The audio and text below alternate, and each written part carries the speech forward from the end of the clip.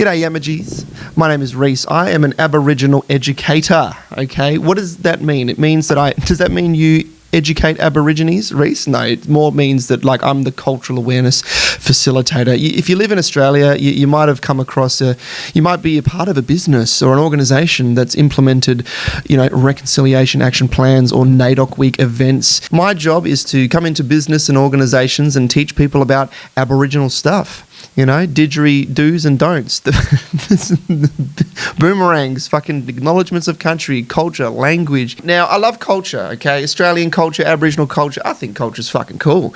But I think a lot of people are scared, right? We have a fearful culture at the moment. You know how it is. Nobody wants to say the wrong thing or do the wrong thing, and nobody can ever tell you what the wrong thing even is. It's just kind of like a direction and a feeling. You might have some interest in Aboriginal culture. You might feel like it's a little bit like getting pushed down your throat these days in a very politically correct era.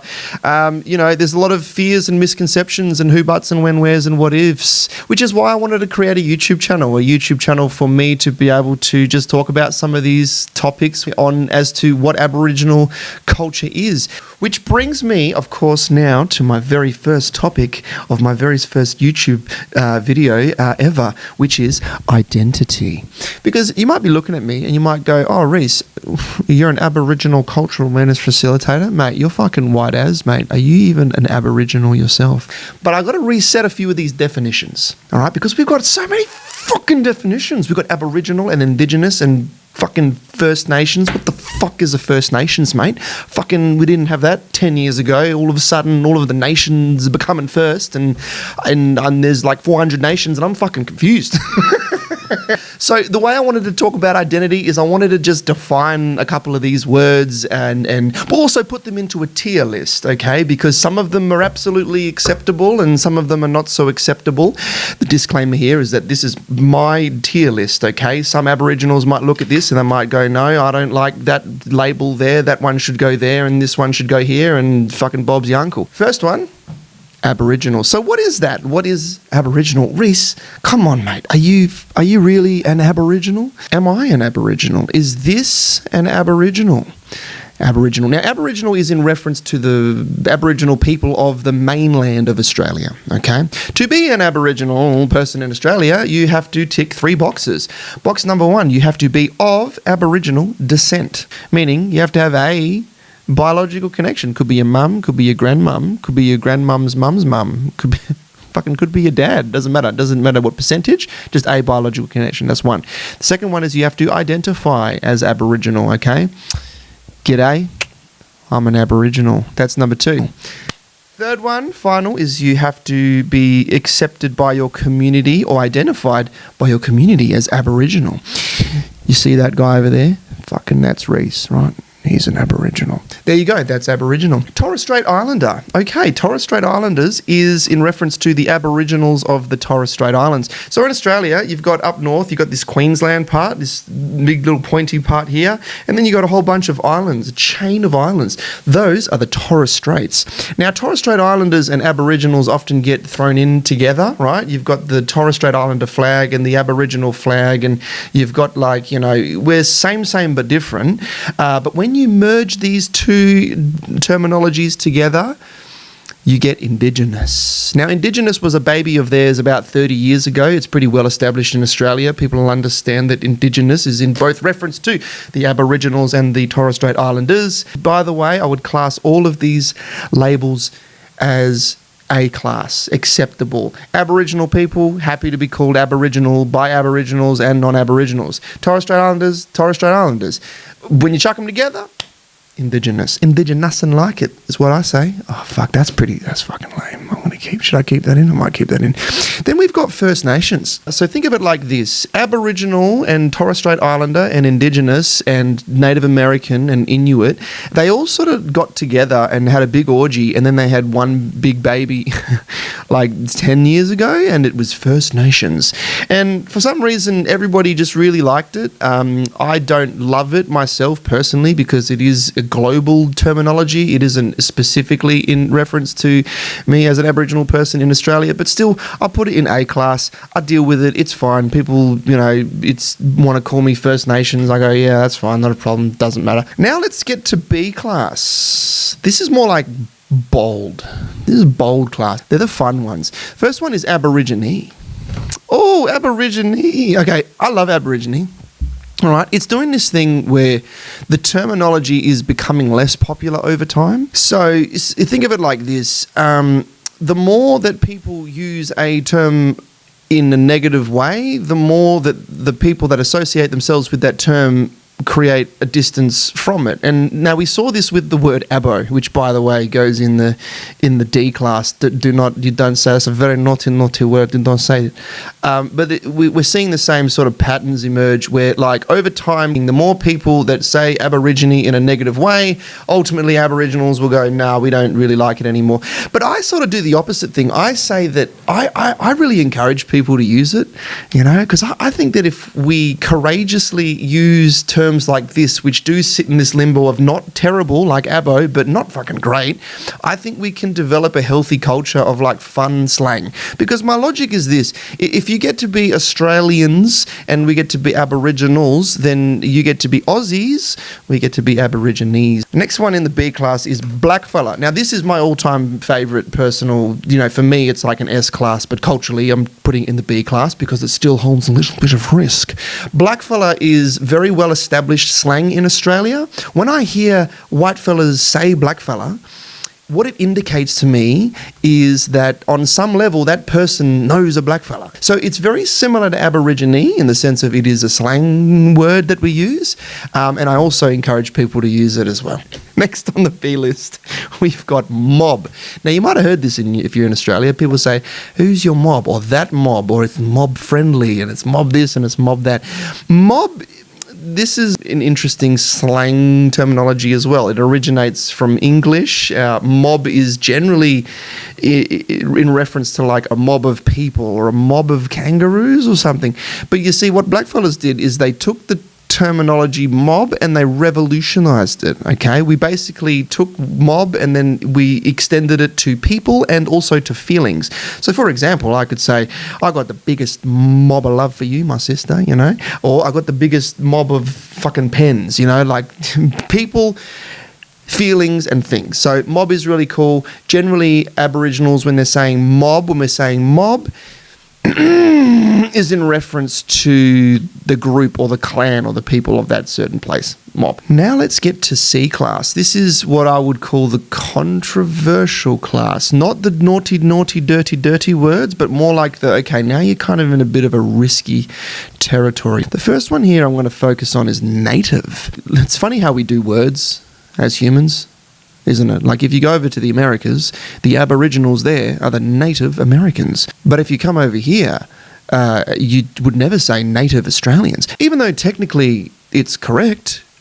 You don't hear that. Now the reason why this is, the word native used to be used quite a lot back in the 50s and the 60s, but specifically it was used a lot in media and in newspaper articles, and it was like the restless native. And again, it's a terminology which has this connotation of negativity that surrounds it. So again, over time, it's just kind of like left the linguistic lexicon of Australians. So native, chuck it in C. We don't do native here. Then we've got half caste. Oh, okay. Now, half caste is an interesting one because, like, what it is in reference to, it's in reference to the identity of an Aboriginal, but specifically only through a biological lens. Originally, the term half caste was like the government's terminology in a broader plan to breed out the black in Australia. Okay, when you got an Australian and an Aborigine and they had a baby, that would be a half caste. Now, when that half caste got together with another Australian, a pure white bread Australian, that would create a quarter caste. And now my next one is the favourite one. The quarter caste would get with the white fella, and then that would create, are you ready for it? Octoroon. Okay, these are real terminologies. You can check them out. They're very interesting. Some people still use them, all right? It's not naughty, but some people still use them. When I worked back in a couple of years ago with students, I had a student that came up to me and, he was like in year 10 or something, and he goes, oh yeah, I'm a half caste. Now, in that moment, I knew what was happening. I knew that for him and his identity, that's just, how he explained who he was. He was using a biological lens. That was the terminology that suited him the best. He's basically saying, I'm part Aboriginal and I'm part fucking non-Aboriginal, right? But I know what's going to happen. I know that he's probably going to grow up a little bit, and then he's going to notice that is something that we don't usually say because it references policies and things and fucking trauma back in the day, and he'll probably change his title to something else anyway. It's funny how we do language, isn't it? Next one on the C class is percentages. So like X%, Y%, percentages, I mean. Again, there's a very common theme of identifying people as just the biological makeup, and it's like, all right, this person is X amount of this and X amount of that. Now you can do that, but again, if you remember, there's a 3-part system to our identity, and when you do the percent thing, again, you're only looking at it through one of those lenses. So there's always like a tea analogy that goes along here in our culture where people say, Aboriginality is like tea, it doesn't matter how much milk you put in the tea, it's still a tea, all right, something like that. The reason why we don't do percentages is important as well, because it just doesn't really matter, okay? Biologically, to be Aboriginal is less important than your personal and spiritual connection to a community or a group. For example, you as a white person, you could absolutely go and develop a relationship with a traditional community, and they can adopt you into that clan officially, and they would consider you their brother or their sister, and to them, guess what? You are Aboriginal. It doesn't really matter about your skin colour or which biological heritage you have and what colour flags your grandparents flew in their lifetime. What does matter is your individuality, your connection to culture. Next one on the C class is this one here, and it's gin. Now this is an interesting one, and I can feel my mum hates this word. My mum is like, if she's listening to this, she'll be like, Reese, you put that in D class right now. I hate that word. But gin is like specifically in reference to an Aboriginal woman. Now, I put it in the C class because, unlike the naughty word abo, Aboriginal people won't call each other abos, okay? But gin is the one where Aboriginal people will reference Aboriginal women sometimes as gin. It's a bit of a naughty word, but it's not like the worst word that you can say ever. And then finally, we get to our D class, the don't class, the do not class. And we've got 3 in here. The first one I mentioned before is abo. You don't say abo in Australia. It's naughty. The other one is bung. Bung is also very naughty. It was absolutely used as only ever a slur, a derogatory slur to refer to Aboriginals. And then finally we have coon. And coon is specifically like, I think that is almost a bit more of a global terminology as well. People got really upset with that. In fact, they got so upset that we had coon cheese at one point, and then people got very upset that was a thing, and then now they've changed the people don't like that word coon. All right, so that's in D class. But then what is this S class, Reese? Okay, because at some point, because here's the thing, everybody has their preference. That's right, everybody's got their preference. At some point, some Aboriginal might come along and say this. Guess what?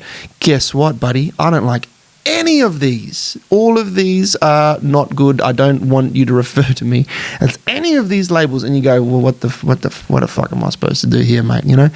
This is why I introduce S class. S class really is just the traditional name of that clan. Somebody might say this. They might go, well, look, here's the thing. Aboriginal, Indigenous, First Nations, doesn't matter. They are all labels that were given to us. Therefore, the best thing you can do is go into the S class, which is identify the local name or the clan or the tribe. For me, it's Yamaji, it's Barimaya, it's Noongar. In this case, there is nothing wrong that you can do. It is the most accurate label that you can use when referring to Aborigines. Bonus round, we've got traditional custodian and traditional owner. Now, I didn't include these in the tier list because these two are only ever really used in like business. You never see somebody at the pub go, hey mate, look at that fucking dude over there. That is a traditional owner, right? They're saying that's an Aboriginal or that's an Indigenous person or whatever. But a traditional custodian and traditional owner are generally only used like on forms. You're never introduced as a traditional custodian unless it's like, in a book somewhere or some shit. So here's the thing about these two. They're used interchangeably. I don't really think there's much of a difference here unless you want to get super technical with words. But I prefer traditional custodian. And the reason why is because traditional owner is kind of an ironic label because traditionally speaking, Aboriginals didn't own anything. If anything, the concept of ownership was back to front. I didn't own the land, it was the land that owned me. Custodian is a better word, it's sexier, like put it this way, right? If I own this pen, if I am the owner of this pen, you know that there's been a transactional relationship and thus now I have purchased the pen and now it is mine. But if I was the custodian of this pen, you see how that makes it a little bit more sexy? And you know that I'm going to change the ink in this pen. I have a connection to this pen. I'm going to put it in a little glass case and I'm going to put it up behind me here and take care of it. So I think custodian in this context is just a better word. So if you want to use one or the other, I vote for custodian. So if you've gotten this far, thank you so much. Really appreciate it. Let me know what you thought of this. Like I said, first video, first YouTube channel. I'm now probably going to spend like 8 hours editing shit because I don't know how to edit and put in music and all that kind of fun stuff. So I'd love to know how this resonated with you. Maybe chuck it in the comments or, just slide in them DMs, baby. Give me some of them DMs. I ultimately think that Aboriginal culture is like an extension of Australian culture. Some people sort of separate them. Some people go like, nah, they should be separate and we can't be together and it's, all that fucking shit. But I like the idea where it can be like our culture. I present Aboriginal culture as if it is your culture.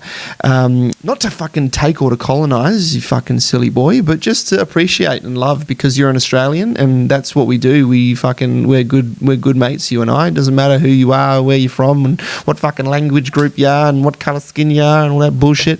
Whether you fucking celebrate Australia Day or not, like we're all brothers and sisters, and that's something beautiful that Aboriginal culture has taught me, is that we are all one family. I know that sounds pretty fucking wanky. Now that I say it out loud, it sounds pretty wanky. Oh, you're all fucking one family, are you? One mob, fucking. But no, it is true.